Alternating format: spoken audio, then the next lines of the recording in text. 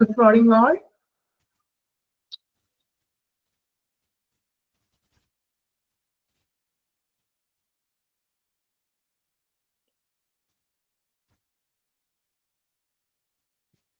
Morning. Okay. എല്ലാരും ഇല്ലേ ക്ലാസ്സില്?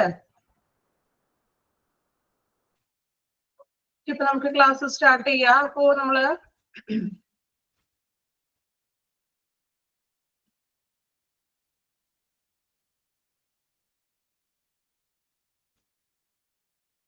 Creative ways to increase patient satisfaction അല്ലെ?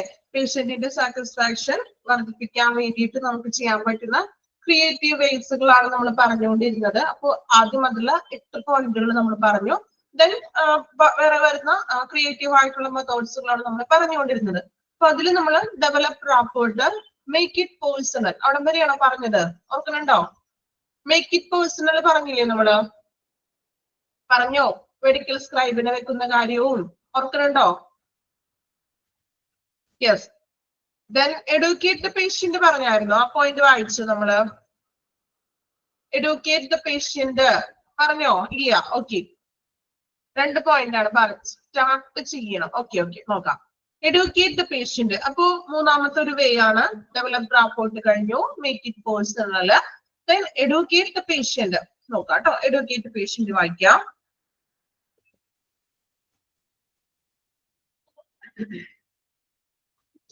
Receiving a new diagnosis or an update to an existing one can be fearsome. Use of non-medical language and teach-back methods helps improve communication and increase a patient grasping of their health condition. അല്ലേ? അതായത് ഒരു പുതിയൊരു രോഗം, ഒരു new diagnosis or update to an existing one can be fearsome അല്ലെ? അതായത് ഒരു പുതിയൊരു രോഗനിർണയം കണ്ടെത്തുകയോ അല്ലെങ്കിൽ ആ ഒരു രോഗത്തിനെ അപ്ഡേറ്റ് ചെയ്യുകയോ ചെയ്യുന്നത് ഒരു ഫിയർ ആണ്, ഒരു ഭയാനകമായിരിക്കാം അല്ലെ? നമ്മളുടെ ഒരു രോഗം കണ്ടെത്തി അല്ലെങ്കിൽ ആ രോഗം കുറച്ച് മൂർച്ഛിച്ചതാണെന്നൊക്കെ കണ്ടെത്തുകയാണെങ്കിൽ അതൊരു പേഷ്യന്റിനെ സംബന്ധിച്ചിട്ട് ഭയാനകമായിട്ടുള്ള കാര്യമാണ് അല്ലെ? നമ്മൾ ഈ ടെസ്റ്റുകളൊക്കെ നടത്തി, നമ്മളുടെ ഏതെങ്കിലും ഡയഗ്നോസിസ് ഒക്കെ നടത്തിയിട്ട് നമുക്കൊരു രോഗമാണെന്ന് നമ്മൾ തിരിച്ചറിയുന്നു അല്ലെ? അല്ലെങ്കിൽ നമ്മളോട് പറയുന്നു, എന്തായിരിക്കും നമ്മളുടെ ഫീലിങ്സ്? ഭയങ്കര സന്തോഷമായിരിക്കും എല്ലാവർക്കും. ടെസ്റ്റിലൂടെ ഇന്ന രോഗമാണെന്ന് കണ്ടെത്തി കഴിയുമ്പോൾ നമ്മൾ മാക്സിമം പ്രാർത്ഥിക്കും അല്ലെ? ഭയങ്കര ടെൻഷൻ ആയിരിക്കും. എന്തെങ്കിലും നമ്മൾ ടെസ്റ്റുകളൊക്കെ കൊടുത്തിട്ടുണ്ടെങ്കിൽ അതിന്റെ റിസൾട്ട് വരുന്നത് വരെ എല്ലാവരും ഭയങ്കര പ്രാർത്ഥനയിലായിരിക്കില്ലേ? ആണോ? കാരണം നല്ല രീതിയിലുള്ള ഒരു റിസൾട്ട് കിട്ടാൻ വേണ്ടിയിട്ടായിരിക്കും നമ്മളുടെ പ്രാർത്ഥന.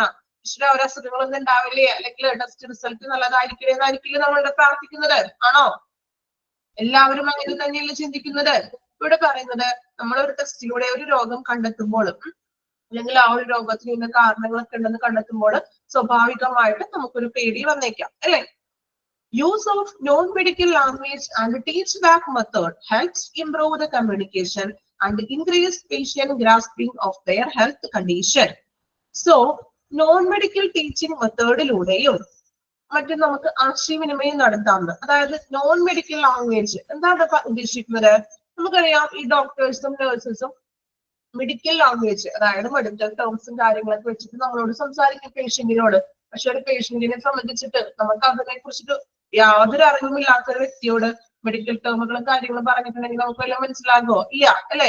സോ അത്തരത്തിലുള്ള ഭാഷയിലല്ല, മറിച്ച് ഒരു നോൺ മെഡിക്കൽ ലാംഗ്വേജ്, അതായത് ഒരു ഇൻഫോർമൽ ആയിട്ട്, ഫോർമൽ അല്ല, ഒരു നമ്മളൊരു നല്ലൊരു എന്താ പറയുക, ഒരു സൗഹൃദ സംഭാഷണം പോലുള്ള രീതിയിൽ അവരോട് സംസാരിക്കാൻ, അവരുടെ അസുഖങ്ങളെ കുറിച്ചും അവരുടെ ഇപ്പോഴത്തെ ഹെൽത്ത് കണ്ടീഷനെ കുറിച്ചും അവരോട് നോൺ മെഡിക്കൽ ലാംഗ്വേജിൽ, ക്ലിയർ ആയോ? അതായത് അവർക്ക് മനസ്സിലാകുന്ന ഒരു രീതിയിൽ അവരോട് സംസാരിക്കുക. ടീച്ച് ബാക്ക് മെത്തേഡ് എന്ന് വെച്ചിട്ടുണ്ടെങ്കിൽ അവരുടെ ആവശ്യങ്ങളും, ബാക്ക് മീൻസ് അവരുടെ ആവശ്യങ്ങളും അവരെ കൊണ്ട് പറയിപ്പിക്കുക. എന്തൊക്കെയാണ് അവരുടെ സിറ്റുവേഷൻ, എന്താണ്, അല്ലെങ്കിൽ അവരുടെ മനസ്സിലുള്ള കാര്യങ്ങൾ എന്തൊക്കെയാണെന്ന് ചോദിച്ച് അവരോടും കാര്യങ്ങൾ മനസ്സിലാക്കിയിട്ടുള്ള ഒരു കമ്മ്യൂണിക്കേഷൻ, അതായത് ഒരു രണ്ടുപേരും തമ്മിലുള്ള ഒരു സംസാരം, അങ്ങനെയുള്ള ഒരു കമ്മ്യൂണിക്കേഷൻ ആണെങ്കിൽ അത് പേഷ്യൻസിന് അവരുടെ ഹെൽത്ത് കണ്ടീഷനെ ഗ്രാസ്പ് ചെയ്യാൻ, എന്താണോ എന്റെ സിറ്റുവേഷൻ ഇപ്പോൾ മനസ്സിലാക്കാൻ സാധിക്കുന്നത്. അല്ലാതെ ഒരു ഡോക്ടറിന്റേതായിട്ടുള്ള ഒരു മെഡിക്കൽ ടേമിൽ സംസാരിക്കുമ്പോൾ ആ ഒരു പേഷ്യന്റിനെ സംബന്ധിച്ച് അവർക്ക് പേടി കൂടുകയും ചെയ്യും. അവർക്ക് അവരുടെ രോഗത്തെ കുറിച്ച് യാതൊരു അറിവും കിട്ടില്ല അല്ലെ? നമ്മളെ സംബന്ധിച്ച് മെഡിക്കൽ ടേമുകളും കാര്യങ്ങളും പറഞ്ഞാൽ തന്നെ നമുക്ക് യാതൊരു ഐഡിയ ഉണ്ടാവില്ലല്ലോ. ഇപ്പൊ ഡോക്ടർ കുഴപ്പമില്ല, ഇന്നതാണ് അസുഖം, നമുക്ക് ട്രീറ്റ്മെന്റിലൂടെ റെഡി ആക്കാം എന്നൊക്കെ പറഞ്ഞൊരു ഇൻഫോർമൽ ആയിട്ട് ഒരു സൗഹൃദ സംഭാഷണം എന്ന് പറയണമെങ്കിൽ നമ്മൾക്കും ഒരു നമ്മളുടെ പേടി കുറച്ച് കുറയും അല്ലെ, അതാണ് അവിടെ പറയുന്നത്. Then providing patient with a written documentation that they can take home with them is also important and will help further lessen feeling the confusion or unease. അതായത് നിങ്ങൾ എന്താണ് അവിടെ പറയുന്നത്, റിട്ടേൺ ആയിട്ടുള്ള പേഷ്യൻസിനെ സംബന്ധിച്ചിട്ടുള്ള ഒരു റിട്ടേൺ ഡോക്യുമെന്റേഷൻ പേഷ്യൻസിന് കൊടുത്തുവിടുകയാണ്. അതായത് നമ്മള് ലാബ് ടെസ്റ്റുകളും മറ്റു ടെസ്റ്റുകളുടെ റിപ്പോർട്ടുകളും മറ്റും നമ്മൾ പേഷ്യന്റിന് കൊടുത്തുവിടാറില്ലേ, അതായത് ചിലപ്പോൾ ഒരു കോപ്പിയോടെ വാങ്ങിച്ചു വെക്കും, ദെൻ റിസൾട്ടുകൾ നമുക്ക് തരും, റിസൾട്ടിന്റെ ആ ഡോക്യുമെന്റേഷൻ ആ ഒരു പ്രിന്റ് നമുക്ക് തന്നു വിടാറുണ്ട്. സോ നമുക്ക് അതിൽ നിന്ന് മനസ്സിലാക്കാം എത്രതാണ് ഇപ്പൊ ബ്ലഡിന്റെ അളവ് അല്ലെങ്കിൽ എന്തൊക്കെയാണെന്ന് നമുക്കത് നോക്കി മനസ്സിലാക്കാം. ദെൻ നമുക്ക് അടുത്ത മാസം കൂടി ഒന്നുകൂടി വേണമെങ്കിൽ ചെക്കപ്പ് ചെയ്തിട്ട് രണ്ട് തമ്മിലൊക്കെ വെച്ച് നോക്കാം. ഇപ്പൊ നമ്മള് ഈ ഷുഗർ ഒക്കെ ടെസ്റ്റ് ചെയ്യുന്നവരൊക്കെ ആണെങ്കിൽ എല്ലാ മന്തിലേക്ക് നമ്മൾ സൂക്ഷിച്ചു വെക്കും. കാരണം ഈ മന്തില് ഇത്ര ഷുഗർ ഇത്ര അളവ് ഉണ്ടെങ്കിൽ അടുത്ത മാസം ചെയ്യുമ്പോൾ അതിൽ നിന്ന് വല്ല വ്യത്യാസങ്ങളൊക്കെ ഉണ്ടോ എന്നൊക്കെ നമുക്ക് തന്നെ ചെക്ക് ചെയ്ത് നോക്കാം അല്ലെ. സോ അങ്ങനെയുള്ള ഡോക്യുമെന്റേഷന് റിട്ടേൺ ആയിട്ടുള്ളത് കൊടുത്തു വിടുക. Then generate a positive patient experience by teaching patient about their health and how to nature ആണ് ട്ടോ. It helping the patients understand how their body works and why making certain choice can enhance or detract from their health, given them informed agency over their bodies. They feel like hospital their partner in health instead of another person telling them what they should be doing differently. അല്ലെ, അപ്പൊ നമുക്കറിയാം എന്താണ് പറയുന്നത്, ഇവിടെ നോക്കാം. അതായത് നമുക്ക് എന്താണ് രോഗികളെ അവരുടെ ആരോഗ്യത്തെ കുറിച്ച് എങ്ങനെ പക്വത പ്രാപിക്കുന്നു എന്നതിനെ കുറിച്ച്, അല്ലെങ്കിൽ അവരുടെ ഹെൽത്ത് കണ്ടീഷനെ കുറിച്ച് അവർക്ക് എന്തൊക്കെയാണ് അറിയാവുന്നത്, അല്ലെങ്കിൽ അവരുടെ രോഗത്തെ കുറിച്ച് എന്തെല്ലാം കാര്യങ്ങളാണ് അവരിങ്ങനെ ശ്രദ്ധിക്കേണ്ടത്, അവരുടെ സുരക്ഷയ്ക്ക് വേണ്ടി എടുക്കേണ്ട കാര്യങ്ങൾ എന്തൊക്കെയാണ് എന്നതിലൂടെയൊക്കെ നമുക്കൊരു പഠിപ്പിക്കാൻ പറ്റുന്നു, പേഷ്യൻസിനെ പഠിപ്പിക്കാന്ന്. അതായത് അവരോട് പറഞ്ഞു കൊടുക്കുക അവർ ചെയ്യേണ്ട കാര്യങ്ങള്, അല്ലെങ്കിൽ അവരുടെ രോഗാവസ്ഥയെ കുറിച്ചിട്ട് അവരെ നമ്മൾ എന്ത് ചെയ്യാം, ഒന്ന് പഠിപ്പിച്ചു കൊടുക്കുക. So they feel like a hospital is their partner in health instead of another person telling them what they should be doing differently. So അങ്ങനെ പഠിപ്പിക്കുന്നതിലൂടെ ഒരു രോഗിക്ക് നല്ലൊരു അനുഭവം അവിടെ സൃഷ്ടിക്കപ്പെടുന്നു, അതായത് നല്ലൊരു എക്സ്പീരിയൻസ് കിട്ടുന്നു. സോ അങ്ങനെ ഒരു എക്സ്പീരിയൻസ് കിട്ടിയിട്ടുണ്ടെങ്കിൽ നമുക്ക് അനദർ പേഴ്സണിനോട് പറഞ്ഞു കൊടുക്കാൻ സാധിക്കുന്നു. പിന്നെ നമ്മൾ എല്ലാ പോയിന്റിലും ഈ ഒരു കാര്യം നമ്മൾ എടുത്തെടുത്ത് പറയുന്നുണ്ട്. നമുക്ക് നല്ലൊരു എക്സ്പീരിയൻസും നല്ലൊരു സാറ്റിസ്ഫാക്ഷനും ലഭിക്കുകയാണെങ്കിൽ നമുക്ക് മറ്റൊരു പേഴ്സണിനും കൂടി പറഞ്ഞു കൊടുക്കാം. ഓക്കെ, ഇത്രയും കാര്യമാണ് നമ്മൾ ആ ഒരു പോയിന്റിൽ പറയുന്നത്. നമ്മൾ അതിനുള്ളിലെ കൺസെപ്റ്റ് ആണ് കേട്ടോ പറഞ്ഞു തരുന്നത്. കാരണം നിങ്ങൾക്ക് വായിക്കുമ്പോൾ ചിലപ്പോൾ അത് മീൻസ് ഒരു സെന്റൻസുകൾ അങ്ങനെയാണ് കൊടുത്തിരിക്കുന്നത്. നമ്മൾ നമ്മളുടേതായിട്ടുള്ള നമ്മളുടെ അനുഭവങ്ങൾ വെച്ച് ചേർന്നിട്ടാണ് നമ്മൾ ആ ഒരു കൺസെപ്റ്റ് പറയുന്നത്. ഓക്കെ, മനസ്സിലാവുന്നുണ്ടോ നിങ്ങൾക്ക്? നിങ്ങൾ ചിലപ്പോ ഓരോ വാക്കും നമ്മൾ എടുത്തെടുത്ത് പറയുമ്പോൾ അത് ഭയങ്കര ബുദ്ധിമുട്ടായിട്ട് തോന്നും. അപ്പൊ എന്താണോ അതിലെ മെയിൻ കൺസെപ്റ്റ് അത് നമ്മളുടെ അനുഭവമായിട്ടാണ് നമ്മൾ കണക്ട് ചെയ്ത് പറയണത്. ഓക്കെ, അപ്പൊ നിങ്ങൾക്ക് കുറച്ചും കൂടി ഐഡിയ ഒക്കെ കിട്ടുമല്ലോ. എക്സാക്ട് അത് തന്നെ ഇങ്ങനെ വായിച്ച് പറയുമ്പോൾ ഭയങ്കര ബോറായിട്ട് നിങ്ങൾക്ക് തോന്നിയേക്കാം കേട്ടോ.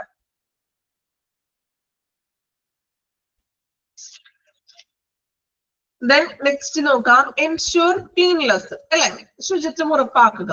നമുക്ക് ഏറ്റവും ഇമ്പോർട്ടന്റ് ആയിട്ടുള്ള ഒരു കാര്യമാണല്ലോ ഒരു ഹോസ്പിറ്റലിൽ എപ്പോഴും എന്താണ് ക്ലീൻ ആയിരിക്കണം അല്ലെ, ശുചിത്വം ഉണ്ടായിരിക്കുക, വൃത്തിയുള്ളതായിരിക്കണം അല്ലെ. നോക്കാം, no patient needs to receive care in a situation that does not feel safe and sanitary അല്ലെ. സുരക്ഷിതവും ശുചിത്വവും ഇല്ലാത്തൊരു സാഹചര്യത്തില് രോഗികൾക്ക് എന്താണ് ഒരു പരിചരണം നൽകാൻ പാടില്ലാന്ന്. കാരണം എന്താണ്, എപ്പോഴും ഹോസ്പിറ്റലും പരിസരവും വൃത്തിയായിരിക്കണം. ആ ഒരു പരിസരത്ത് മാത്രമേ പേഷ്യൻസിന് നല്ലൊരു പരിചരണം നൽകാൻ സാധിക്കുകയുള്ളൂ. സോ എപ്പോഴും എന്ത് ചെയ്യുക, ക്ലീൻനെസ് എൻഷുർ ചെയ്യുക, ഉറപ്പുവരുത്തുക. എല്ലാ ഏരിയകളും ഹോസ്പിറ്റലിന്റെ എല്ലാ ഏരിയകളും വൃത്തിയാണെന്ന് ഉറപ്പുവരുത്തുക. അവിടെ ക്ലീനിങ് സ്റ്റാഫുകളൊക്കെ ഉണ്ട് അല്ലെ, അവരെപ്പോഴും അവരുടെ ഡ്യൂട്ടി ചെയ്യുന്നുണ്ട്. So practising sanitation in all area of the institution, ആ ഇൻസ്റ്റിറ്റ്യൂഷന്റെ എല്ലാ ഏരിയയും സാനിറ്റേഷൻ ചെയ്തിരിക്കണം. From waiting room to the physician office, waiting room മുതൽ ഫിസിഷ്യൻ ഇരിക്കുന്ന ഓഫീസ് വരെ നമ്മൾ എന്ത് വേണം, വൃത്തിയുള്ളതായിരിക്കുക. Help safeguard patient and put them at ease. എന്താണ് പറയുന്നത്, രോഗികളെ സുരക്ഷിതരാക്കാനും അതുപോലെ തന്നെ സുഖപ്പെടുത്താനും സാധിക്കുന്നു. ഇങ്ങനെയുള്ളൊരു വൃത്തിയും ഇതൊക്കെ ഉണ്ടെങ്കിൽ അത് സേഫും ആണ്, അതുപോലെ തന്നെ നല്ല രീതിയിൽ കെയറും കൊടുക്കാൻ സാധിക്കുന്നു. എൻഷുർ ക്ലീൻനെസ്സിൽ പറയുന്നത്. കുഴപ്പമില്ലല്ലോ, ശുചിയായിരിക്കുക, വൃത്തിയുള്ളതായിരിക്കുക എന്നൊക്കെയാണ് പറയുന്നത്, ആ ഒരു പോയിന്റിൽ പറയുന്നത്. Then next നോക്കാം, അപ്ഗ്രേഡ് ഔട്ട്ഡേറ്റഡ് സിസ്റ്റം. അപ്ഗ്രേഡ് ചെയ്യാണ് ഔട്ട്ഡേറ്റഡ് ആയിട്ടുള്ള സിസ്റ്റത്തിന്, അല്ലെ? നമുക്കറിയാം ഇന്ന് ഹോസ്പിറ്റലുകളിൽ പഴയ സിസ്റ്റമാണോ ഫോളോ ചെയ്യുന്നത്? പലതരത്തിലും വളരെയധികം വ്യത്യാസങ്ങൾ, ഇംപ്രൂവ്മെന്റ്സുകൾ വന്നിട്ടുണ്ട്, അല്ലെ? ടെക്നോളജി വളരുന്നതനുസരിച്ച് ഹോസ്പിറ്റലിലായിക്കൊള്ളട്ടെ എല്ലാ സ്ഥാപനങ്ങളിലും ടെക്നോളജിക്കലി പരമാവധി യൂസ് ചെയ്ത് വരുന്നുണ്ട്. നിങ്ങൾ പോകുന്ന ഹോസ്പിറ്റലില് ഏതൊക്കെയാണ് നിങ്ങൾ ഏതെങ്കിലും നിങ്ങളുടെ അടുത്തുള്ള ഹോസ്പിറ്റലിലേക്ക് പോകാറുണ്ട്, അല്ലെ? അപ്പോ അവിടെ ടെക്നോളജിക്കലി ആയിട്ട് ഡെവലപ്പ് ആയിരിക്കുന്നത് ഏതെല്ലാം സെക്ഷനുകളാണ്, ഏതെല്ലാം കാര്യങ്ങളാണ് അവിടെ ടെക്നോളജിക്കലി ഡെവലപ്ഡ് ആയിട്ടിരിക്കുന്നത്? ഒന്ന് കമന്റ് ചെയ്യാമോ? നിങ്ങൾ കണ്ടിട്ടുള്ള ടെക്നോളജിക്കലി ഹോസ്പിറ്റലിൽ ഇപ്പോൾ ഡെവലപ്ഡ് ആയിട്ടുള്ളത് എന്തെല്ലാം കാര്യങ്ങളാണ്, അല്ലെങ്കിൽ ഏതെല്ലാം സെക്ഷനിലാണ് അവിടെ ടെക്നോളജി ഉപയോഗപ്പെടുത്തിയിരിക്കുന്നത്? ഒന്ന് ആലോചിച്ച് നോക്കിയേ. നമ്മൾ ഹോസ്പിറ്റലിൽ എന്തെങ്കിലും അസുഖങ്ങളൊക്കെ ആയിട്ട് പോകാറില്ലേ? അപ്പോ ആധുനികമായിട്ടുള്ള രീതിയിലുള്ള സംവിധാനങ്ങൾ ഏതൊക്കെയാണ്? ഫുള്ളി കമ്പ്യൂട്ടറൈസ്ഡ് ആണ്. പ്രിസ്ക്രിപ്ഷൻ സിസ്റ്റം കമ്പ്യൂട്ടറൈസ്ഡ് ആണ്. Then scanning machine, doctors prescription, okay, computerised ആയി, അല്ലെ? നമ്മൾ പറഞ്ഞു പണ്ടൊക്കെ നമ്മൾ ഇതുപോലെ ഓരോ പേഷ്യന്റിനും ഓരോ ഫയലായിരുന്നു, ഓർക്കുന്നുണ്ടോ നിങ്ങള്? ഓരോ ഫയലായിരുന്നു. ഈ ഫയലിലാണ് നമ്മള് പേരുകള്, നമ്മുടെ പേര് എഴുതും. നമ്മൾ ഓരോ വട്ടം കാണുന്നത് ഈ ഫയൽ എടുത്തിട്ട് ആ ഫയലിൽ അടുത്ത പുതിയ പേജ് വെച്ചിട്ട് അങ്ങനെയാണ് നമ്മൾ എഴുതുന്നത്. ഇതന്നെ ഒരു നൂലൊക്കെ ഇട്ടിട്ട് തുന്നി, മീൻസ് ഒരു ചാർട്ട് പോലത്തെ ഒരു സംഭവമായിരുന്നു ഓരോ പേഷ്യന്റിനുള്ളത്. പക്ഷെ ഇന്ന് അങ്ങനെയുള്ള ഒരു ചാർട്ട് എന്ന് പറഞ്ഞൊരു സംഭവമേ ഇല്ല, അല്ലെ? ഇതെല്ലാം കമ്പ്യൂട്ടറൈസ്ഡ് ആയി. നമ്മളുടെ എല്ലാ ഡീറ്റെയിലും, ഓരോ പേഷ്യൻസിനെ സംബന്ധിച്ചിട്ടുള്ള എല്ലാ ഡീറ്റെയിൽസും കമ്പ്യൂട്ടർ സിസ്റ്റം വഴിയാണ് ഇപ്പോൾ ഡോക്ടറിന്റെ റൂമിൽ ഇരിക്കുന്നത്, അല്ലെ? ടോക്കൺ എടുക്കുന്നത്, അല്ലെ? ടോക്കൺ എടുക്കുന്നതിൽ ഇപ്പൊ എന്താ വ്യത്യാസം വന്നിരിക്കുന്നത്? ടോക്കൺ ഡിസ്പ്ലേ സിസ്റ്റം വന്നു, അല്ലെ? ആണോ? പണ്ട് ഇങ്ങനെ നമ്പർ വിളിച്ചിട്ടാണ് ഓരോരുത്തർ കയറിയിരുന്നത്. ഇപ്പൊ എന്താണ്? ഡോക്ടറിന്റെ റൂമിന് പുറത്ത് ടോക്കൺ ഡിസ്പ്ലേ ഉണ്ട്, ഡിസ്പ്ലേ ടോക്കൺ ഉണ്ട്, അല്ലെ? അപ്പൊ ആ നമ്പർ തെളിയുമ്പോൾ കറക്റ്റ് നമ്മൾ എന്ത് ചെയ്യും? നമ്മൾ ആ ഒരു നമ്പർ ആരാണോ ആ നമ്പർ അനുസരിച്ചിട്ടുള്ള പേഷ്യൻസ് ആണ് കയറുന്നത്. ലാബ് ടെസ്റ്റിന്റെ റിസൾട്ടുകൾ, അല്ലെ? മുമ്പ് നമ്മൾ ഡോക്ടേഴ്സിന്റെ റൂമിൽ ഇരിക്കുമ്പോൾ ലാബ് ടെസ്റ്റിന്റെ റിസൾട്ട് ആയിട്ട് ലാബിൽ നിന്നും ഒരു നേഴ്സ് വരാറുണ്ട്, ലാബ് അസിസ്റ്റന്റ് വരും. ഇപ്പൊ അങ്ങനെയാണോ? ഇപ്പൊ ഡയറക്റ്റ് ആയിട്ട് എന്താണ്? ഡയറക്റ്റ് ആയിട്ട് തന്നെ ഡോക്ടറിന്റെ ആ ഒരു സിസ്റ്റത്തിലേക്ക് നമ്മളുടെ ലാബ് ടെസ്റ്റുകളുടെ റിസൾട്ടുകൾ കൃത്യമായിട്ടും അതിലേക്കായിരിക്കും മെയിൽ ചെയ്യുന്നത്, അല്ലെ? അപ്പോ ഇത്തരത്തിലുള്ള പുതിയ പുതിയ സിസ്റ്റങ്ങൾ നമ്മളിപ്പോ ഇൻക്ലൂഡ് ചെയ്തിട്ടുണ്ട്. അപ്പോ ഈ ഒരു പോയിന്റിൽ ഉദ്ദേശിക്കുന്നത് അപ്ഗ്രേഡ് ഔട്ട്ഡേറ്റഡ് സിസ്റ്റം, പഴയ സിസ്റ്റങ്ങളേക്ക് അങ്ങോട്ട് അപ്ഡേറ്റ് ചെയ്യാൻ, അതായത് കളഞ്ഞുകൊണ്ട് പുതിയൊരു സിസ്റ്റങ്ങളെ കൊണ്ടുവരിക. നോക്കാം. When it comes to improving the patient experience, upgrading outdated internal system is an important, അല്ലേ? അതായത് പേഷ്യൻസിന്റെ എക്സ്പീരിയൻസ്, അവർക്ക് നല്ലൊരു അനുഭവം ഉണ്ടാക്കണമെങ്കിൽ പഴയ സംവിധാനങ്ങളൊക്കെ മാറ്റി പുതിയ സിസ്റ്റങ്ങൾ കൊണ്ടുവരിക. നമ്മൾ പുതിയ സിസ്റ്റങ്ങളാണ് ഇപ്പൊ പറഞ്ഞത്, ഏതൊക്കെയാണ്? Even small updates to appointment scheduling platforms, waiting room signage and systems. Appointments തുടങ്ങി waiting room signage, നമ്മൾ ടോക്കൺ ഡിസ്പ്ലേ ഒക്കെ പറഞ്ഞില്ലേ, ആ ഒരു കാര്യങ്ങൾ. Then nurse call buttons can have significant influence on patient satisfaction. Example ആണ് കേട്ടോ, നമ്മൾ പറഞ്ഞില്ലേ നേരത്തെ, ആ എക്സാമ്പിൾ ഒക്കെ തന്നെയാണ്. നഴ്സ് കോൾ ബട്ടൺ എന്ന് വെച്ചിട്ടുണ്ടെങ്കിൽ എന്താണ്?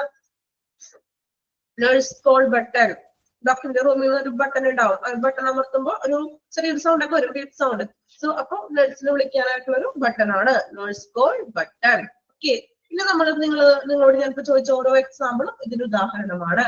പഴയ സിസ്റ്റങ്ങളേക്ക് മാറ്റി പുതിയ സിസ്റ്റങ്ങൾ, അതായത് പുതിയ അപ്ഡേറ്റഡ് ആയിട്ടുള്ള കാര്യങ്ങൾ കൊണ്ടുവരിക. ഓക്കെ, ക്ലിയർ ആണല്ലോ ആ പോയിന്റ്? ഓക്കെ ആണോ? Upgrade outdated system. Okay, 3 point ഒന്ന് വായിച്ചു നോക്കാം കേട്ടോ. Educate the patient, ensure cleanness, upgrade outdated system. 3 വായിച്ചു നോക്കാം, എന്നിട്ട് നമുക്ക് അടുത്ത 3 പറയാം. മനസ്സിലാക്കി വായിക്കാം കേട്ടോ. വായിക്കുമ്പോൾ നമ്മളുടെ അനുഭവങ്ങളായിട്ട് റിലേറ്റ് ചെയ്തിട്ട് വായിച്ചു പോവുക.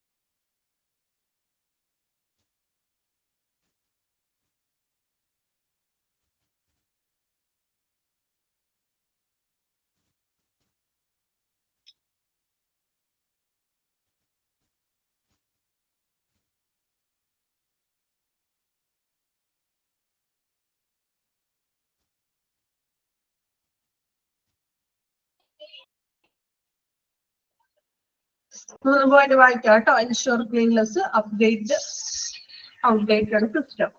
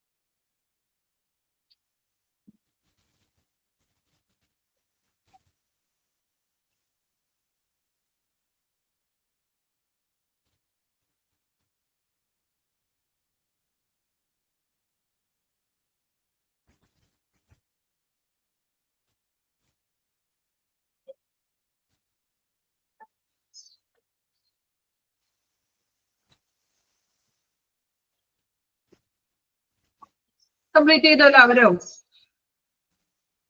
മൂന്ന് പോയിന്റ് വായിച്ചോ? ഓക്കെ, ഡൗട്ട്സ് ഒന്നും ഇല്ലല്ലോ? വായിച്ചിട്ട് മനസ്സിലാവുന്നില്ലേ?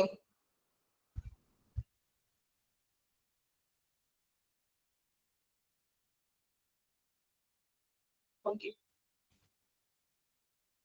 നെക്സ്റ്റ് നോക്കാം. B punch. പഞ്ച് എന്ന് വെച്ചാൽ എന്താണ്? പഞ്ച്വാലിറ്റി അല്ലെ? ഒരു സ്റ്റുഡൻസിനെ സംബന്ധിച്ച് ഏറ്റവും വേണ്ട ഒരു കാര്യമാണ് പഞ്ച്വാലിറ്റി. ഇതിന്റെ പഞ്ച്വാലിറ്റി എന്ന് വെച്ചിട്ടുണ്ടെങ്കിൽ പഞ്ച്വാലിറ്റി കൃത്യനിഷ്ഠത അല്ലെ?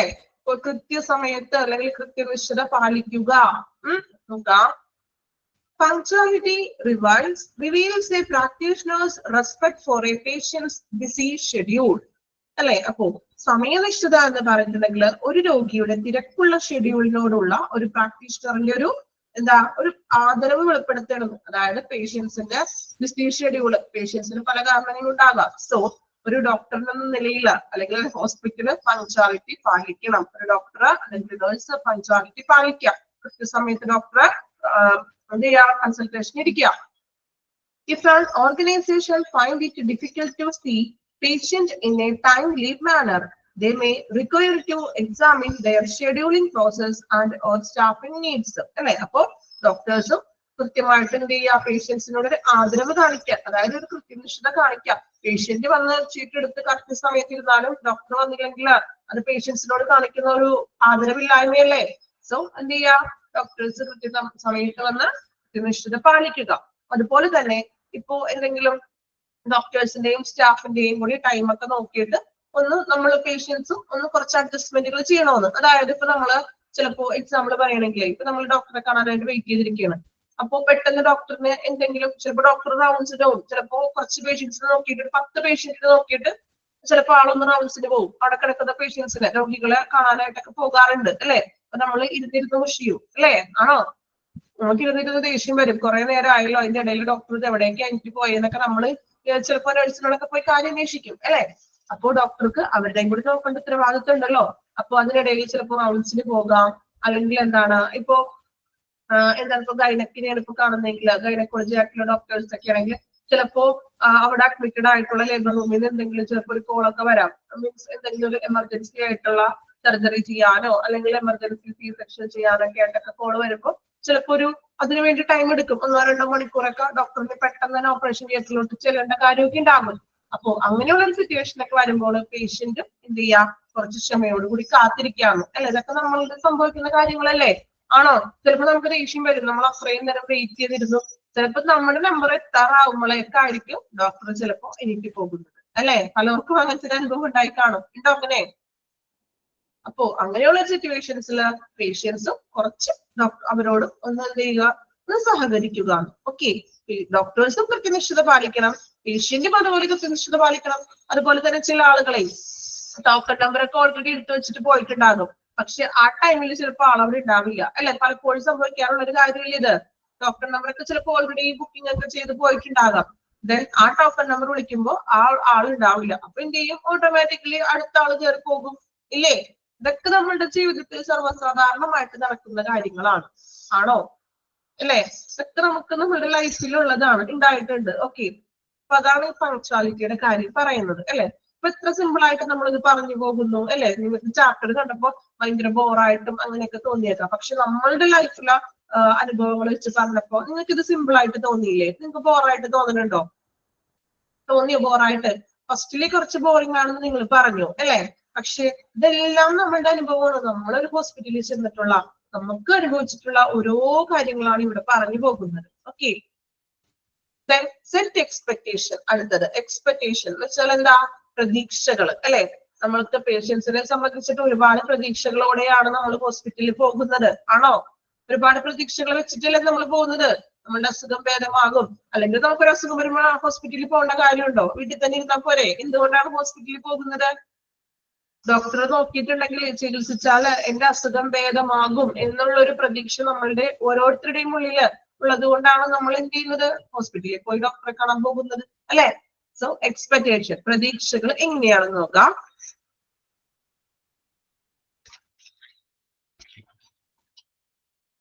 Healthcare providers can help set hopes by keeping all the information on their website, patient portal, and printed collateral up to date always.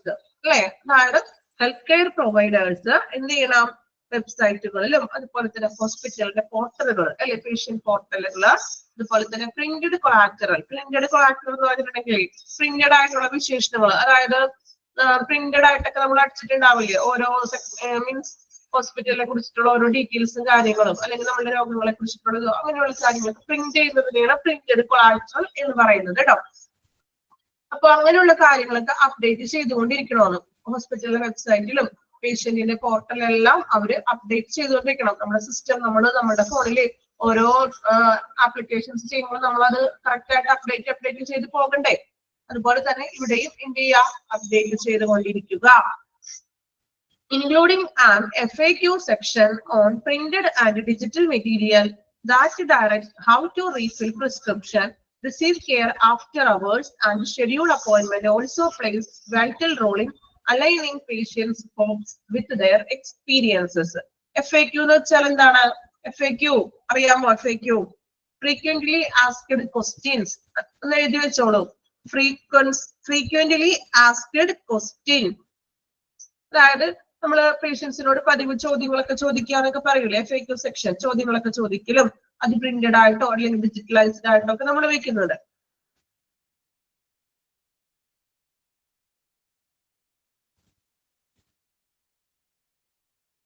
Then receive care after hours, അല്ലെ? അവർക്ക് നല്ല ഒരു പരിചരണം അവിടുന്ന് ലഭ്യമാകുന്നുണ്ടോ? Then appointments also play, അപ്പോയിന്റ്മെന്റുകളൊക്കെ കൃത്യമായിട്ട് നടക്കുന്നുണ്ടോ? ഇതെല്ലാം പേഷ്യൻസിന്റെ hope with their expectation. അതായത് നമ്മളുടെ ഒരു രോഗിയെ സംബന്ധിച്ച് നമുക്ക് പ്രതീക്ഷകൾ ഉണ്ടാകും. സോ ആ രോഗി ആ ഹോസ്പിറ്റലിൽ വന്നു കഴിയുമ്പോൾ ഈ പ്രതീക്ഷകളെല്ലാം ചെയ്യാനായിട്ട്, ആ പ്രതീക്ഷകൾ എക്സ്പെക്ടേഷൻസ് നിറവേറ്റാനായിട്ട് ഒരു ഹോസ്പിറ്റലിന് സാധിക്കുന്നുണ്ടോ എന്ന് വിലയിരുത്തുകയാണ്, അല്ലെ? അവരുദ്ദേശിക്കുന്ന പോലെ അവർക്ക് അപ്പോയിന്റ്മെന്റ്സിലായാലും കെയർ കൊടുക്കാനും, അവരുടെ FAQ സെക്ഷൻ എന്ന് പറഞ്ഞിട്ടുണ്ടെങ്കിൽ അവരുടെ റിക്വയർമെന്റ്സ് ചോദിച്ചറിയുക, പതിവ് ചോദ്യങ്ങൾ ചോദിക്കുക, അവരുടെ റിക്വയർമെന്റ്സ് ഒക്കെ ചോദിച്ചറിയാനൊക്കെ പറ്റുന്നുണ്ടോ എന്ന് വിലയിരുത്തണം ഹോസ്പിറ്റലിന്റെ ഭാഗത്ത് നിന്ന്. അവരുടെ പ്രതീക്ഷകൾക്ക് ഞങ്ങൾക്ക് ചെയ്തു കൊടുക്കാൻ പറ്റുന്നുണ്ടോ എന്ന് വിലയിരുത്തുക. എക്സ്പെക്ടേഷൻസ്.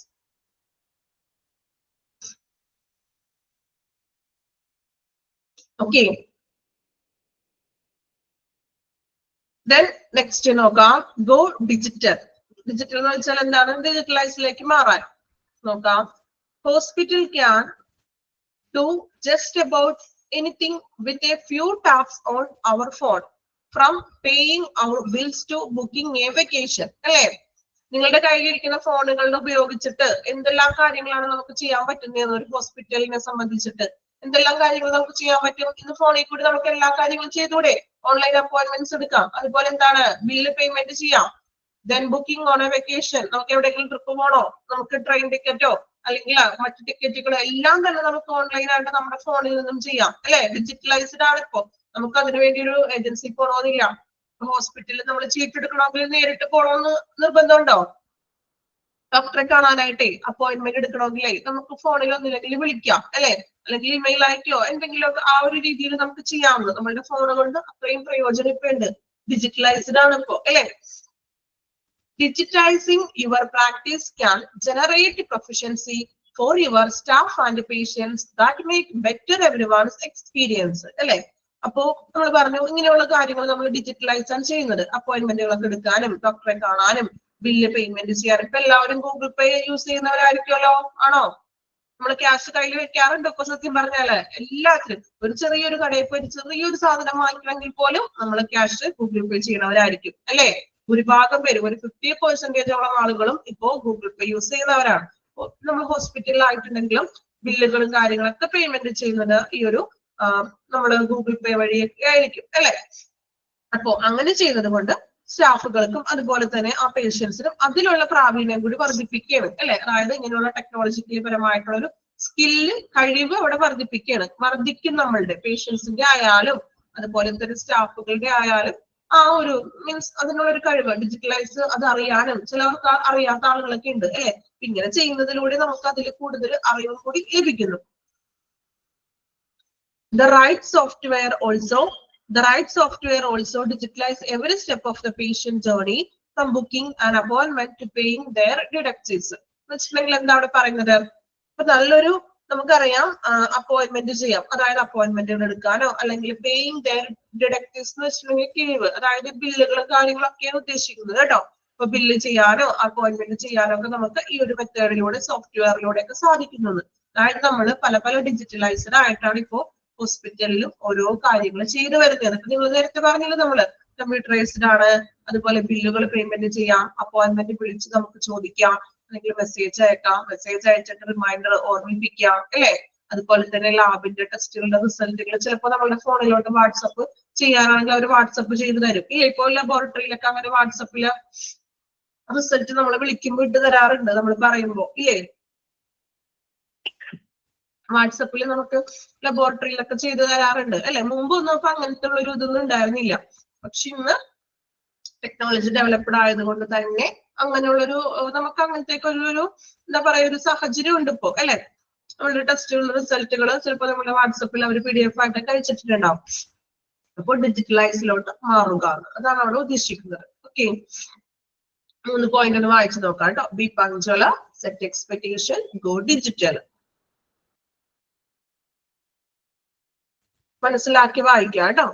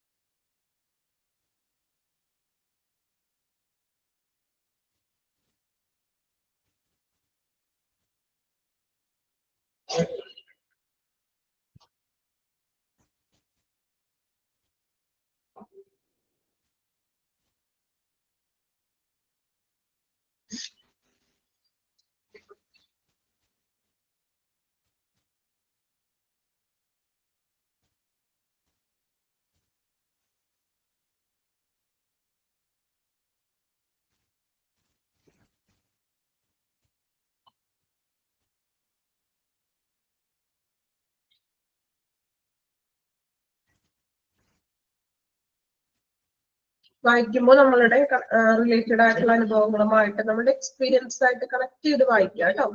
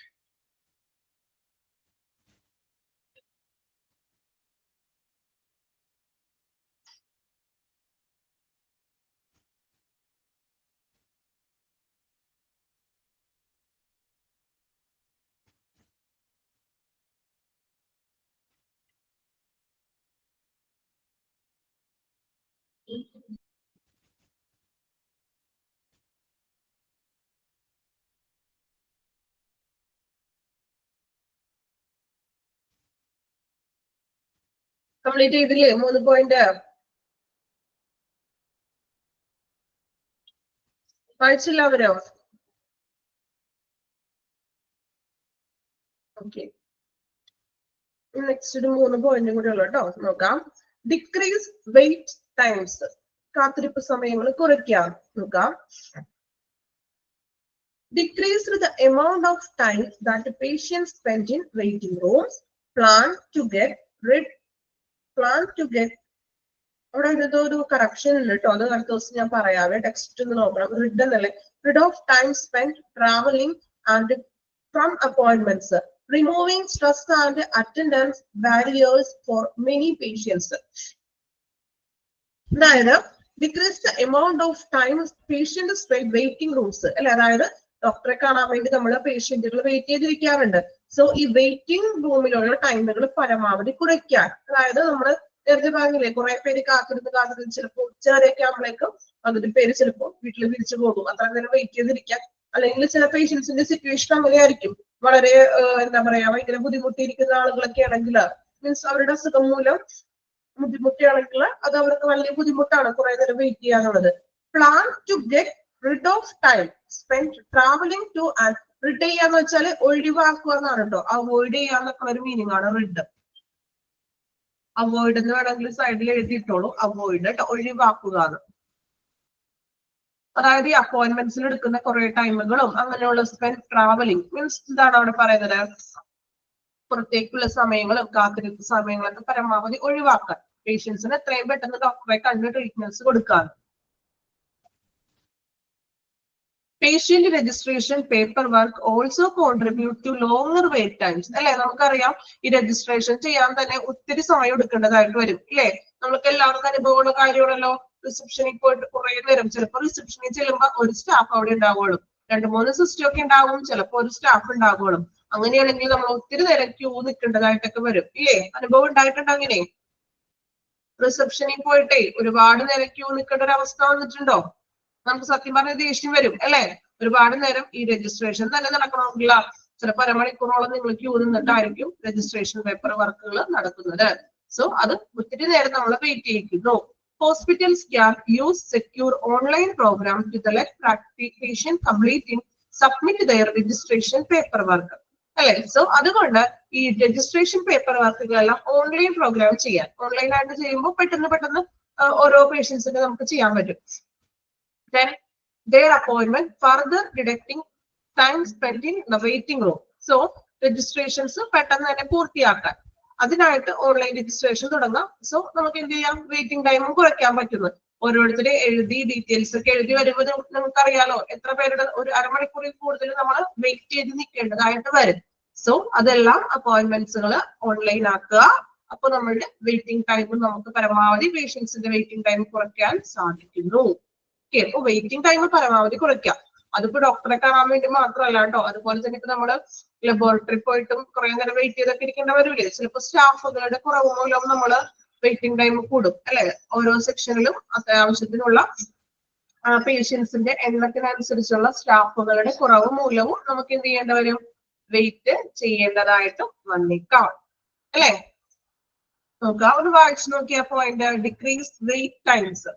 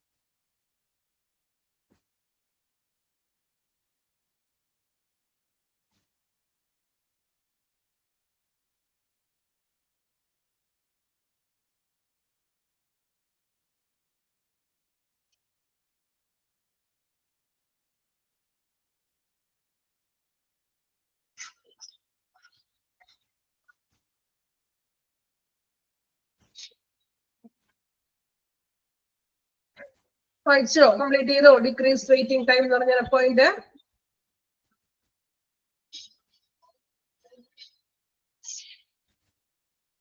ഓക്കെ, then നെക്സ്റ്റ് നോക്കാം. Deliver patient focused care.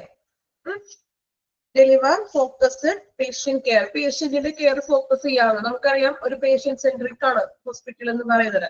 പേഷ്യൻസിനെ കേന്ദ്രീകൃതമായിട്ടുള്ളതാണ്. നോക്കാം, patients health and wellbeing should be at core of everything the hospital and the staff do.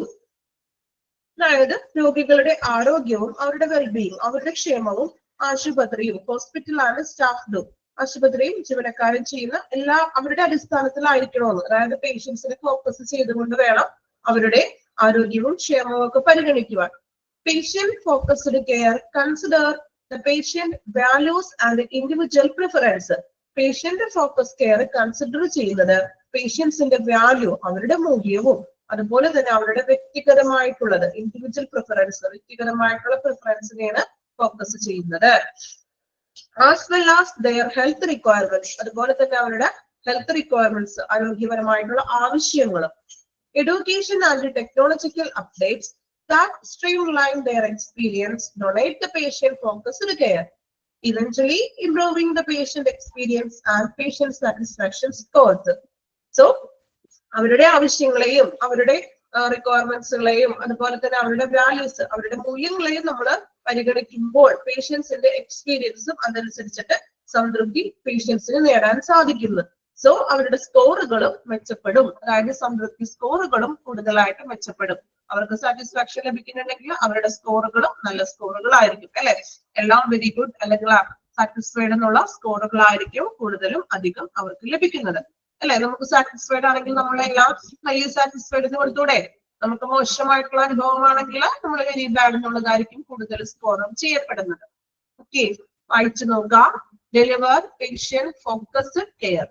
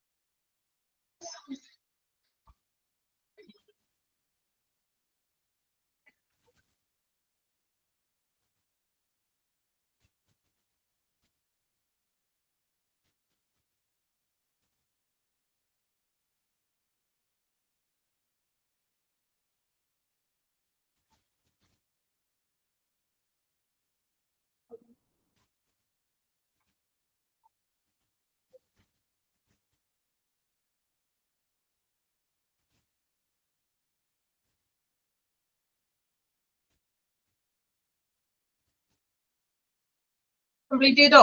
Last ഒരു പോയിന്റ് കൂടി ഉണ്ട്, അതും കൂടി ഒന്ന് പറയാം കേട്ടോ. നോക്കാം. Encouraging lifelong learning. ഒരു ലൈഫ് ലോങ് ലേണിംഗിനെ എൻകറേജ് ചെയ്യാറ്, പ്രോത്സാഹിപ്പിക്കാം.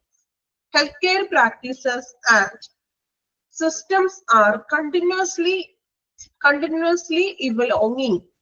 സ്ട്രെങ്ത് എന്താ പറയുന്നത്? എൻവോൾവിംഗ് എന്നാണ് കേട്ടോ ഉദ്ദേശിക്കുന്നത്. എൻവോൾവിംഗ് എന്നാണ്, EVOLVING എന്നല്ലേ? എൻവോൾവിംഗ് എന്നാണ് കേട്ടോ. കണ്ടിന്യൂസ് ആയിട്ട് സിസ്റ്റംസും പ്രാക്ടീസും ഒക്കെ എൻവോൾവ് ചെയ്തിരിക്കുകയാണെന്ന്. To keep pace, health care professionals require access to vast continuing education courses that expand their knowledge base and improve their ability to provide high quality care. With the right skill sets, practitioners can help increase patient satisfaction scores. അല്ലെ? അതായത് പുതിയ പുതിയ health practice രീതികളും സിസ്റ്റംസും continuous ആയിട്ട് ഇങ്ങനെ വർദ്ധിച്ചു വരികയാണ്, അല്ലെ? പുതിയ പുതിയ ടെക്നോളജികളും കാര്യങ്ങളും ഓരോ ഡേയ്സിലും വർദ്ധിച്ചു വരികയാണ്. പുതിയ പുതിയ ഗവേഷണ രീതികള്, അല്ലെങ്കിൽ പുതിയ പുതിയ എക്യുപ്മെന്റ്സുകള്, അല്ലെ? രോഗനിർണയത്തിനായിട്ടുള്ള എക്യുപ്മെന്റ്സുകളും അല്ലെങ്കിൽ പുതിയ ചികിത്സാ സംവിധാന രീതികൾ, ഇങ്ങനെയുള്ളതൊക്കെ ഓരോ ദിവസത്തിലും ഇങ്ങനെ വർദ്ധിച്ചു വരികയാണ്. സോ ആരോഗ്യ പരിപാലന രീതികളും തുടർച്ചയായിട്ട് ഇങ്ങനെ ഡെവലപ്പ് ആയിക്കൊണ്ടിരിക്കുകയാണ്. സോ പ്രൊഫഷണലുകൾ, അതായത് ഡോക്ടേഴ്സ് മറ്റ് പ്രൊഫഷണലുകൾ അവരുടെ ആ ഒരു ബേസിക് ഒരു knowledge, expand their knowledge base, അടിസ്ഥാനമായിട്ടുള്ള ഒരു അടിത്തറ, ആ ഒരു നോളജ് വികസിപ്പിക്കുകയും ഇതൊക്കെ ഈ ഒരു എക്യുപ്മെന്റ്സും കാര്യങ്ങളൊക്കെ അവരുടെ അത് വികസിപ്പിക്കുകയും ചെയ്യുന്നത്. അവരുടെ നോളജ് വർദ്ധിച്ചിട്ടുണ്ടെങ്കിൽ അതുകൊണ്ട് നമുക്ക് ഉപകാരമുള്ളത് അല്ലെ, പേഷ്യൻസിനെ സംബന്ധിച്ച് ട്രീറ്റ്മെന്റ്സ് നല്ല രീതിയിൽ ലഭിക്കുന്നു. സോ ഈ പ്രൊഫഷണലുകളുടെ വിജ്ഞാന ബേസുകൾ വർദ്ധിക്കുകയും സോ അവർക്ക് ഉയർന്ന നിലവാരമുള്ള കഴിവ് പുറപ്പെടുവിക്കാൻ കഴിയും അല്ലെ, ഹൈ ക്വാളിറ്റി കെയർ. അവർക്ക് ഒരു അറിവ് കൂടുതലുണ്ടെങ്കിൽ ആ ഒരു കഴിവ് അവർക്ക് പേഷ്യൻസിലൂടെ നടത്താൻ പറ്റും. ഒരു ഹൈ ക്വാളിറ്റി കെയർ പേഷ്യൻസിന് കൊടുക്കാനായിട്ട് സാധിക്കുന്നു. സോ ഉയർന്ന നിലവാരമുള്ള കഴിവ് മെച്ചപ്പെടുത്തുകയാണെങ്കിൽ അങ്ങനെയുള്ള ഒരു കോഴ്സുകളിലോട്ടും മറ്റു പ്രവേശനങ്ങൾ ആവശ്യമാണ് അല്ലെ. ഹൈ ക്വാളിറ്റി, ഇപ്പോ ഡോക്ടേഴ്സ് തന്നെ സ്പെഷ്യലൈസ്ഡ് ആയിട്ടുള്ള വേറെ എന്തെങ്കിലും ഏരിയ എടുക്കണമെങ്കിൽ അവർ അതെടുത്തിട്ട് സെപ്പറേറ്റ് പഠിക്കാറുണ്ട് അല്ലെ, സ്പെഷ്യലൈസ്ഡ് ആയിട്ടുള്ള ഒരു ഏരിയയിൽ. ഇപ്പൊ എമർജൻസി മെഡിസിൻ ആണോ അല്ലെങ്കിൽ മറ്റ് ഏത് ഡിപ്പാർട്ട്മെന്റിലേക്കാണോ അവർക്ക് കൂടുതലായിട്ട് കഴിവ് അല്ലെങ്കിൽ അവർക്ക് പഠിക്കണമെന്നുണ്ടെങ്കിൽ ആ ഒരു ഏരിയയിലേക്ക് പഠിക്കാം അവർക്ക്. അപ്പൊ അങ്ങനെയുള്ള ഒരു എഡ്യൂക്കേഷൻസ് കാര്യങ്ങളും കൊണ്ടുവരാം. സോ അങ്ങനെ പ്രാക്ടീഷണേഴ്സിന് നല്ലൊരു ഹൈ ക്വാളിറ്റി ഉണ്ടെങ്കിൽ അവർക്കൊരു ഹൈ ക്വാളിറ്റി കെയർ പേഷ്യൻസിന് കൊടുക്കാൻ പറ്റും. സോ പേഷ്യന്റ് സാറ്റിസ്ഫൈഡ് ആകുന്നു, സംതൃപ്തരായി മാറുന്നു. ഓക്കെ, അതായത് ഡോക്ടേഴ്സ് ലൈഫ് ലോങ്ങില് പുതിയ പുതിയ ടെക്നോളജിക്കലും പരമായിട്ടുള്ള കാര്യങ്ങൾ പഠിച്ചുകൊണ്ടിരിക്കുകയാണ്. സോ അങ്ങനെ പഠിച്ചുകൊണ്ടിരിക്കുമ്പോൾ പേഷ്യന്റിന് ഒരു ഹൈ ക്വാളിറ്റി കെയർ കിട്ടുന്നു. ഹൈ ക്വാളിറ്റി കെയർ ലഭിക്കുമ്പോൾ പേഷ്യന്റ് സാറ്റിസ്ഫൈഡ് ആകുന്നു. ആ ഒരു കാര്യമാണ് അവിടെ പറയുന്നത്. ഓക്കെ, വായിച്ചു നോക്കാം കേട്ടോ. Encouraging lifelong learning.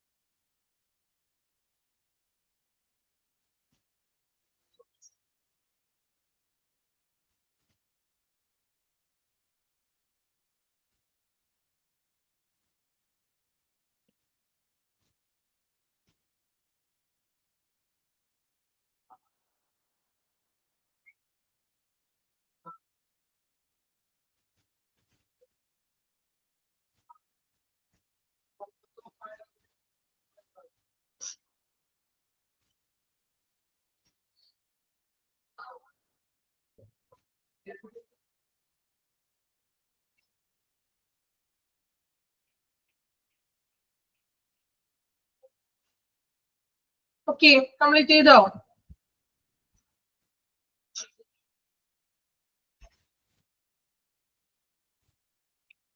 Then നമ്മളുടെ ഈ ഒരു ചാപ്റ്റർ കംപ്ലീറ്റ് ആയിട്ടുണ്ട്. കുറച്ച് വലിയൊരു ലെങ്തി ചാപ്റ്റർ ആയിരുന്നു, എങ്കിലും നമ്മളത് നമ്മളുടേതായ രീതിയിലോട്ട് ഈസി ആയിട്ട് പഠിച്ചു അല്ലെ. നോക്കുക, അപ്പൊ അധികം പഠിക്കാനുണ്ട്, എഫോർട്ട് എടുത്ത് തന്നെ വായിക്കണം. അപ്പോ ഈ ചാപ്റ്ററിൽ ജസ്റ്റ് ഒന്ന് റിവൈസ് ചെയ്യുന്നതാണ്. Monitoring and improving patient satisfaction. ഈ ഒരു ചാപ്റ്ററിലുടനീളം പറയുന്നത് പേഷ്യൻസിന് സാറ്റിസ്ഫാക്ഷൻ, അതായത് പേഷ്യന്റിന് രോഗിക്ക് സംതൃപ്തി കിട്ടാനായിട്ട് ഒരു ഹോസ്പിറ്റലിൽ എന്തെല്ലാം കാര്യങ്ങളാണ് ചെയ്യേണ്ടത്, അതാണ് അതിൽ മെയിൻ ആയിട്ട് പറയുന്നത് അല്ലെ. ഇപ്പൊ ഫസ്റ്റിലെ ഒരു ഇൻട്രൊഡക്ഷൻ ഒക്കെ പറയുന്നത് നമ്മൾ എന്തെല്ലാം രീതിയിലുള്ള പേഷ്യന്റിന് സാറ്റിസ്ഫാക്ഷൻ കൊടുക്കുക എന്നുള്ളതാണ്. ദെൻ പിന്നെ നമ്മൾ അതിന്റെ ഒബ്ജക്റ്റീവ്സ് പറഞ്ഞിട്ടുണ്ട്, അത് ഇമ്പോർട്ടന്റ് ആണ്, പഠിക്കണം. 5 പോയിന്റ് ഉണ്ട്, പഠിക്കുക കേട്ടോ.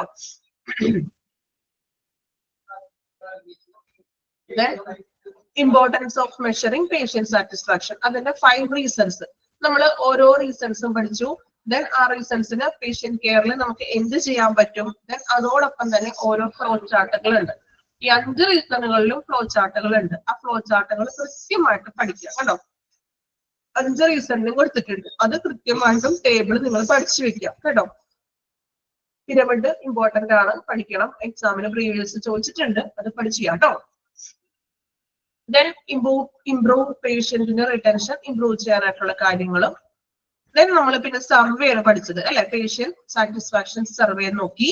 അതില് 6 അണ്ടർലൈൻ മെട്രിക്സ് ഇമ്പോർട്ടന്റ് ആണ്, അത് പഠിക്കുക കേട്ടോ. 6 എണ്ണം ഏതൊക്കെയാണ് നമ്മളൊരു സർവേ നോക്കേണ്ടത്. ദെൻ സർവേയുടെ ഒരു ഫോം നോക്കിയായിരുന്നു. ജസ്റ്റ് എന്തൊക്കെ കാര്യങ്ങളാണെന്ന് മനസ്സിലാക്കാം. പിന്നെ നമ്മൾ നോക്കിയത് ബെനഫിറ്റ്സ് ആണ്, സർവേയുടെ ബെനഫിറ്റുകൾ. ആ ഹെഡ്ലൈൻ എങ്കിലും നോക്കി വെക്കുക, ഉള്ളിലുള്ള കാര്യങ്ങളൊന്ന് മനസ്സിലാക്കി വെച്ചാൽ മതി. ഹെഡിങ് പഠിച്ചു വെക്കാലോ, കുഴപ്പമില്ലല്ലോ. ദെൻ വെയ്സ് ആണ് ലാസ്റ്റ് നോക്കിയത്. 8 ക്രിയേറ്റീവ് വെയ്സ് ഇമ്പോർട്ടന്റ് ആണ്, 8 പോയിന്റ് ഇമ്പോർട്ടന്റ് ആണ്, മാർക്ക് ചെയ്യുക, പഠിക്കണം. ദെൻ അത് കഴിഞ്ഞിട്ടുള്ള പോയിന്റ്സുകളാണ് ഇനി പറയുന്നത്. അത് നമ്മൾ മനസ്സിലാക്കി ഒന്ന് വായിക്കുക. നിങ്ങൾ ആ ഹെഡ്ലൈൻ മാത്രം ഒന്ന് നോക്കി വെക്കുക, മനസ്സിലാക്കി ഒന്ന് വായിച്ചു പോയാൽ മതി. ഓക്കെ, ഇത്രയും കാര്യങ്ങളാണ് നമ്മൾ ഈ ഒരു ചാപ്റ്ററിലൂടെ പഠിച്ചത്.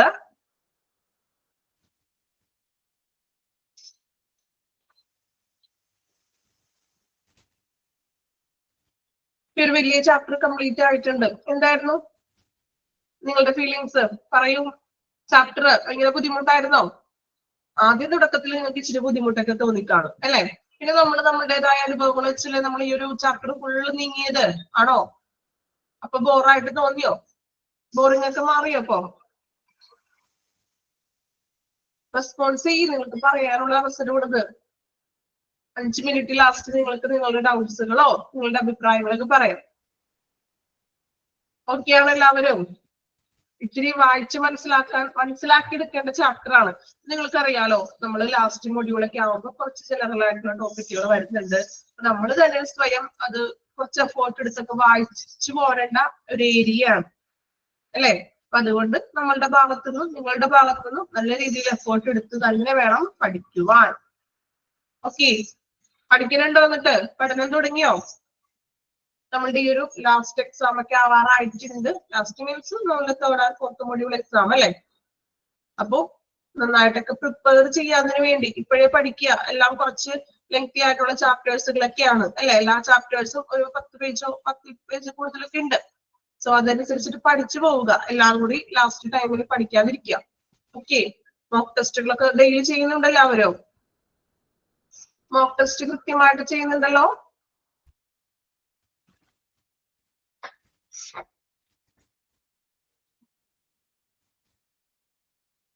ബെനഫിറ്റ്സ് നിങ്ങൾ ആ പേരുകൾ കൃത്യമായിട്ട് പഠിക്കുക. ഉള്ളിലുള്ള കാര്യം നിങ്ങളുടേതായ രീതിയിൽ അത് മനസ്സിലാക്കി പഠിക്കുക. ബെനഫിറ്റുകൾ ആ ഹെഡ്ലൈനുകൾ ബൈഹാർട്ട് ചെയ്ത് നിങ്ങൾ പഠിക്കുക. Then ways to improvement patient സാറ്റിസ്ഫാക്ഷനിലെ ഈ 8 പോയിന്റുകൾ ഒന്ന് പഠിച്ചു വെക്കുക. കാരണം ചിലപ്പോൾ അത് ചോദിക്കാം, ക്രിയേറ്റീവ് വേസിൽ ഇൻക്ലൂഡ് ആയിട്ടുള്ള കാര്യങ്ങൾ ഏതൊക്കെയാണ്, അല്ലെങ്കിൽ ഇൻക്ലൂഡ് അല്ലാത്തത്, 2 രീതിയിൽ ചോദിക്കുക. അപ്പൊ നമ്മൾ ഈ 8 എണ്ണം കൃത്യമായിട്ട് പഠിച്ചു വെച്ചാൽ ഏത് രീതിയിൽ നമുക്ക് ആൻസർ ചെയ്യാനായിട്ട് പറ്റും. സോ ഈ 8 പോയിന്റ് കൃത്യമായിട്ട് പഠിക്കാം. ദെൻ അതോടൊപ്പം തന്നെ വരുന്ന പോയിന്റുകളാണ് develop rapport, make it personal, educate the patient, നമ്മൾ എൻഷുർ ക്ലീൻനെസ്. ഇപ്പൊ വായിച്ചില്ല ഈ പോയിന്റുകൾ, ഈ 8 എണ്ണത്തിന്റെ ഒപ്പം തന്നെ വരുന്നതാണ്. അപ്പോ 8 എണ്ണം ക്ലിയർ ആയിട്ട് പഠിച്ചു വെക്കുക. ഇത് ഹെഡ്ലൈൻ മാത്രം ജസ്റ്റ് ഒന്ന് നോക്കി വെക്കുക. ഹെഡ്ലൈൻ വായിച്ചിട്ടുണ്ടെങ്കിൽ നമുക്കറിയാലോ ഉള്ളിലുള്ള കാര്യങ്ങൾ നമ്മൾ നമ്മുടേതായ രീതിയിലോട്ടാണ് കണക്ട് ചെയ്ത് പറഞ്ഞു പോയത് അല്ലെ? അപ്പോ നിങ്ങൾക്ക് വായിച്ചത് ഈസി ആയിരിക്കും, വലിയ ബുദ്ധിമുട്ടൊന്നും ഇല്ല. ഹെഡ്ലൈനുകൾ ബൈഹാർട്ട് ചെയ്ത് തന്നെ പഠിക്കാൻ ശ്രമിക്കുക കേട്ടോ. ഓക്കെ, അപ്പൊ ഇനി നമുക്ക് നെക്സ്റ്റ് ക്ലാസ്സിൽ ഇനിയിപ്പോ അടുത്തൊരു ചാപ്റ്റർ കൂടി നമുക്ക് ഇനി കംപ്ലീറ്റ് ചെയ്യാനുണ്ട്. അടുത്തത് ക്വാളിറ്റി അഷുറൻസ് ആൻഡ് നാബ് എന്ന് പറഞ്ഞൊരു ചാപ്റ്റർ ആണ്. ചാപ്റ്ററിന്റെ നമ്പർ എനിക്ക് കറക്റ്റ് ആയിട്ട് നിങ്ങളുടെ PDF ഏതായിരുന്നു നമ്പർ ഓർക്കുന്നുണ്ടോ? നമ്പർ ഒന്ന് പറയാമോ? ക്വാളിറ്റി അഷുറൻസ് ആൻഡ് നാബ് എന്ന് പറഞ്ഞ ചാപ്റ്റർ എടുത്തിട്ടില്ലല്ലോ? അത് എടുത്തിട്ടുണ്ടോ ഏതെങ്കിലും ടീച്ചേഴ്സ്? ഇല്ലല്ലോ. ക്വാളിറ്റി അഷുറൻസ് ആൻഡ് നാബ് കേട്ടോ. അടുത്ത ചാപ്റ്റർ അതാണ്. അതും ഒരു ജനറൽ ആയിട്ടുള്ള ഒരു ടോപ്പിക് ആണ്. 4th മൊഡ്യൂൾ ആണ്. 44 ആണോ? ഓക്കെ, ജനറൽ ടോപ്പിക് ആണ്. അപ്പൊ അതും നമുക്ക് നമ്മുടേതായിട്ടുള്ള രീതിയിലൊക്കെ റിലേറ്റ് ചെയ്തിട്ട് പോകാം അല്ലെ? അപ്പൊ നെക്സ്റ്റ് ക്ലാസ്സിൽ പുതിയൊരു ചാപ്റ്റർ എടുക്കും കേട്ടോ. Okay, thank you all. Thank you, ma'am. Thank you, ma'am. Thank you, ma'am.